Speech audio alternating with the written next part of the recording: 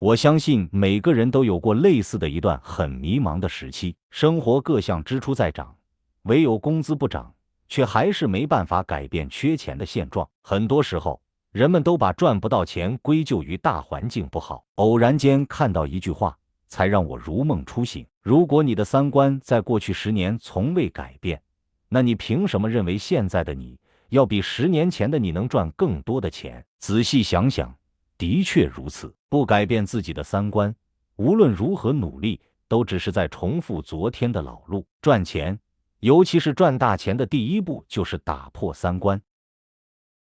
首先要打破社交观。多年前，我参加过一次同学聚会，有位同学做了某家汽车零部件厂商的销售，刚好他的大学室友升任一家大型车企的采购经理。这位同学对室友又是敬酒又是递烟，室友也表示一定会向公司推荐他家的产品。然而聚餐结束后，我回包厢取衣服时，却看到做销售的同学的名片被丢在了地上。当时我对着那张名片出神许久，只觉得心底某个东西突然碎掉了。以前觉得朋友间相互提携靠的是交情，这一刻才发现，你能给别人带来多大好处，别人才会回馈你多少帮助。无法靠自己能力取得的东西，同样无法通过社交获得。与其一味想着向上社交，让自己多一条发财的路子，不如远离不必要的热闹，潜心修炼，做自己的贵人。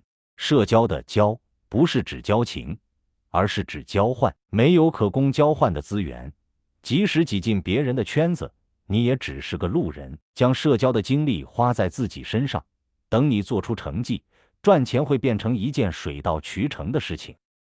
接着要打破财富观。曾经看过一份社会调查，小镇当地一些个体商户每天要到深夜才打烊，有些商户却是一到傍晚就停止营业。看到这里，我想当然觉得那些不够勤劳的商家，生意肯定越做越差。然而结果却让我大跌眼镜。原来提前打烊的商户，把更多时间用来更新品类，拓宽供销渠道。每隔一段时间，他们就会上架价廉物美的新品，吸引更多客人。反倒是很晚打烊的商家，越是客流量少，越要延长经营时间，结果就是越拼越没竞争力。以前我一直秉持这样的财富观，勤劳才能致富，但真相却是越会赚钱的人，越会尽量避免赚辛苦钱。财富的背后永远是价值。普通人最容易走入的误区，就是跟周围人做着一样的脏活累活，却幻想自己能比周围人富有。一味忙碌而懒于思考，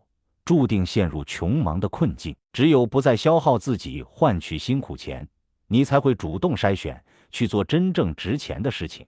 最后要打破价值观。不知你有没有发现，身边那些只为自己考虑的人，可能偶尔占到一些小便宜，但从长远来看，他们往往都赚不到大钱。天下熙熙，皆为利来。每个人在这世上最初的价值观是为自己争取利益，而一个人真正拥有财富，却是从以舍为的，打破利己之心开始的。稻盛和夫曾说，最值钱的价值观是利他之心。人与人之间都是相互的，没人愿意和自私自利的人合作，也没人喜欢和锱铢必较的人共事。利可共而不可独，让利于人，就是把长久的利益让给自己。会赚钱的人想的不一样里有这样一个观点：财富的积累不是线性的，很多人是在经历一些事情后才开始真正挣到钱的。这些事情可能是兢兢业业却被无情裁掉，也可能是起早贪黑做生意却血本无归。在我看来，